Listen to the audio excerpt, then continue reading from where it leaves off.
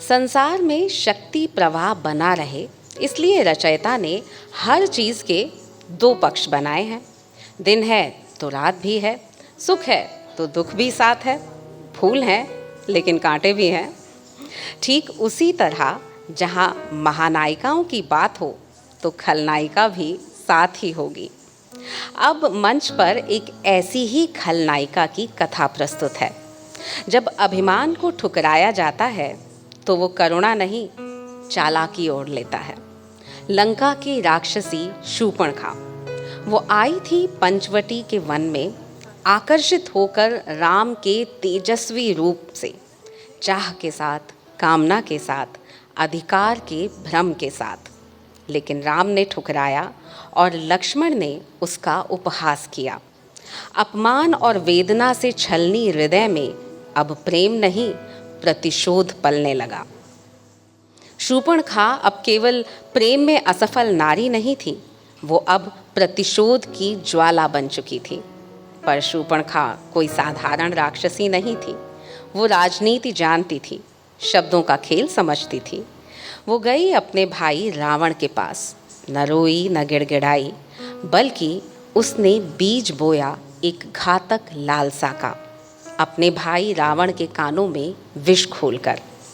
ऐसी रूपवती स्त्री सीता क्या वो किसी वनवासी की संगनी हो सकती है? उसे तो तुम्हारे जैसा सम्राट की शोभा बढ़ानी चाहिए भैया।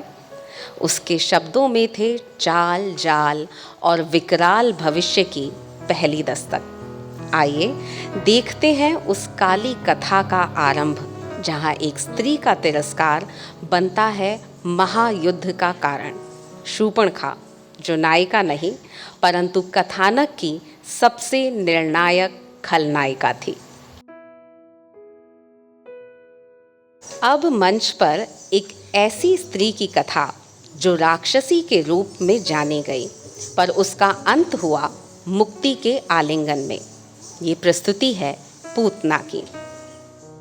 एक राक्षसी जिसने नवजात कृष्ण को मारने का प्रयास किया, पर अंत में मोक्ष को प्राप्त हुई।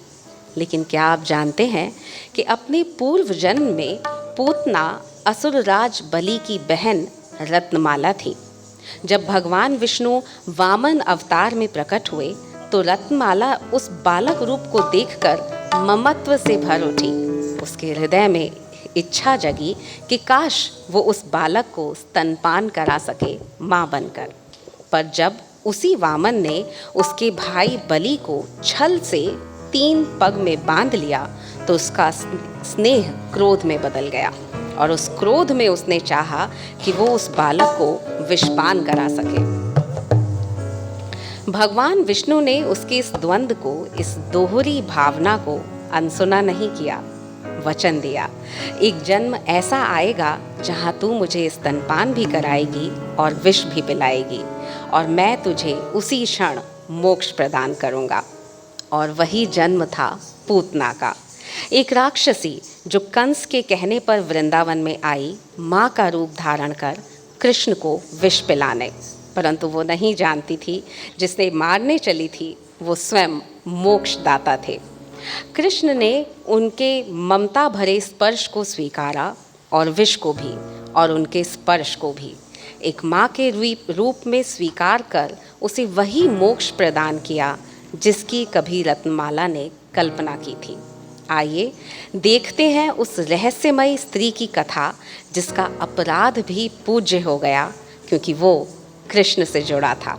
ये नृत्य है एक विरोधाभास का, जहाँ मृत्यु में भी जीवन है, विष में भी वात्सल्य है, और एक राक्षसी में भी माँ का अंश छुपा है।